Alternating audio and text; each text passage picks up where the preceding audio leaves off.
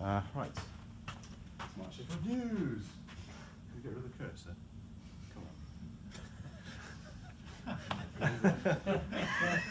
on.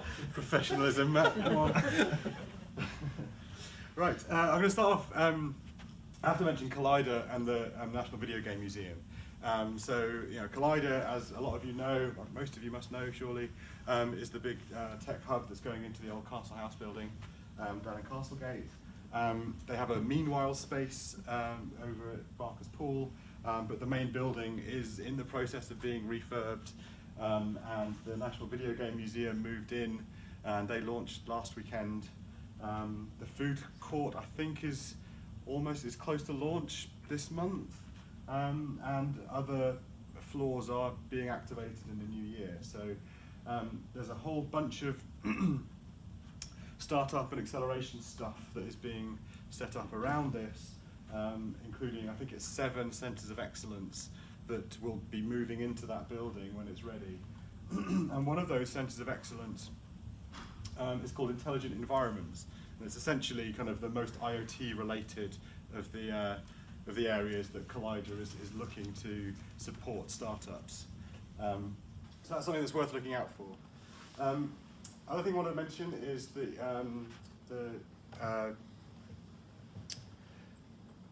what's it called? The .SHF Digital Coalition.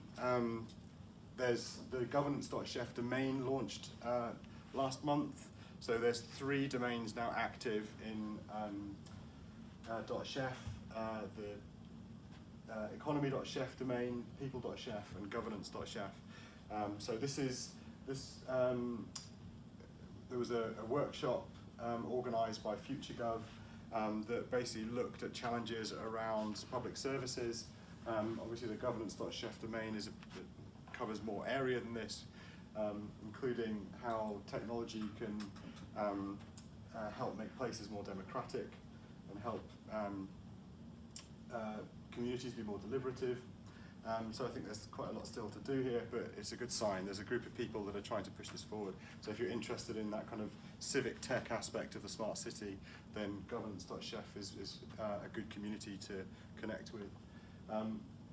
Which also brought me to the It's Our City group, which I don't know if people are aware of, but there's a group of citizens who have grouped together to form this organisation, It's Our City, really about trying to strengthen local democracy in the city and try and run campaigns to make the city, or force the city in some cases, to be more democratic, including trying to organise a petition to force the city council to switch its governance model to a committee-based model that is more inclusive. But I think it's an interesting group if anybody's interested in civic tech or the role of technology in civics and democracy, to get involved with these people. As far as I can tell, they have absolutely no interest or program that relates to technology at all. But I think for those technologists who are interested in that, I think there's probably quite a welcoming group of people to go and talk to if that's what you'd like to do, whether it's data and visualization or helping them communicate some of these messages around what IoT and kind of surveillance surveillance cities kind of what the effects of those are on people and how they live our lives. This is something that people who know me will know that I have a particular interest in. So the last of the 20 gas destructor lamps was fully refurbished last month in Sheffield. In terms of the history of urban innovation and smart cities, the gas destructor lamps, the first ones were set up over 100 years ago in Sheffield, and they're basically street lighting that was designed to utilise excess methane from the sewage system and burn it off safely to provide lighting for citizens. And Sheffield had the largest network of these lamps in the country, had 86 of these at one time in the 1930s. They've all since fallen out of repair and been vandalised, but 20 of them have now been restored, and they're now available to to go and look at around Sheffield. They all run on LED lighting. Some of them are even solar powered, but the lighting has been designed to closely reflect what the gas lighting would have looked like. It wasn't a very powerful light because it was using sewage gas. But I've always thought this is a brilliant example of a city innovating and using a waste product and actually a dangerous situation and converting it into something that has a civic benefit. So if there was a symbol, if I wanted to rebrand from the logo, which kind of reflects the winter gardens, it would be to a Destructor Lamp. Another thing, breastfeeding in Sheffield, I was thinking a lot about these programs where there is an opportunity for technology to help. So at the moment, I have a list of where the Destructor Lamps are, the 20 of them. There's no app where you can go and see them on a map or go and visit them and tick them off. And similarly, there's a group of people who are trying to make Sheffield the most breastfeeding friendly city in the country. And I think it's a great initiative. And the Sheffield City Council have created a breastfeeding room right in the town hall, and they're asking other buildings to do similar things. But as far as I can tell, there's no directory of where those rooms are. So there's no app for women to find where the nearest breastfeeding room is. There's another opportunity for civic tech, and for the city to be smarter about how it communicates this information to people actually need it. There actually is an app for breastfeeding. For Sheffield, because there was no reference or link to it on their website when I looked.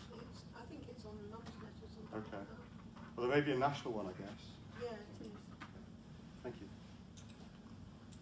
And similar thing with the Sheffield Park project. So this is a project run by a couple of women, I've mentioned this before, who love parks, and a couple of years ago discovered that Sheffield has 850 parks or green spaces that are managed by the council. And they wanted to visit all of them, and they wanted to create an app where people can go and see where they are and engage with them. And they blog about parks, and they have a huge database of all of these parks, which ones they visited, and they are very near to the final user testing and acceptance stages of their Sheffield Parks app. So if you go to the Sheffield Park project, you can sign up to get a link to the app and help test it. So if you want to get involved in that project as a tester, please do. I'm going to mention ShopAppy again. This is a startup. I think they're based in Barnsley, aren't they? Or certainly Barnsley is one of the. It's live in Barnsley, isn't it? And it's really interesting because this is an application where people can do their shopping locally, order online, and then go to a single shop to collect their goods. So local shops who are part of the system fulfil the orders, and then they're collected centrally, and you're notified when your shopping is ready, and you can go and pick it up. And they're live in a whole bunch of smaller places. Barnsley is probably the biggest one out of all the areas they're in. And it's not available in Sheffield at the moment, but it seems like there's an opportunity for neighbourhoods within Sheffield to become part of ShopAppy and for that to be linked together. But it's it's quite a local app, and I think it's a really interesting approach, and people addressing the kind of city centre economy and demise of local retail, and trying to give people a user experience that is close to what you get from other e-commerce, but using local shops. Sheffield Things Network. I wasn't at the meeting earlier, but thankfully Geraint took the meeting. But just to say that we are now up to 14 gateways in the city and Chesterfield. I think you guys account for at least 4 of them. Have you got 4? All right, so we're at 10 probably then, and the 4 that appear, because you guys, I think a bunch of ours appear on your list as well. So it's quite interesting how that those community pages work. But yeah, 14 gateways. It was 9 in September, up to 14, and 31 people contributing to the Things Network. The Things Network is a low energy, long range wireless IoT network that is community owned. So if people want to get involved in a community based Internet of Things network that spans the city, do get in touch or go to the Things Network and join up with the Sheffield community page. And that's it. If you want to hear more information about Smart Sheffield events, go to the SmartSheffield.rocks website and sign up to the mailing list. If you have any news or any information or new things that you want to be covered in this, then email me and let me know, or tweet me. And that's it. Thanks.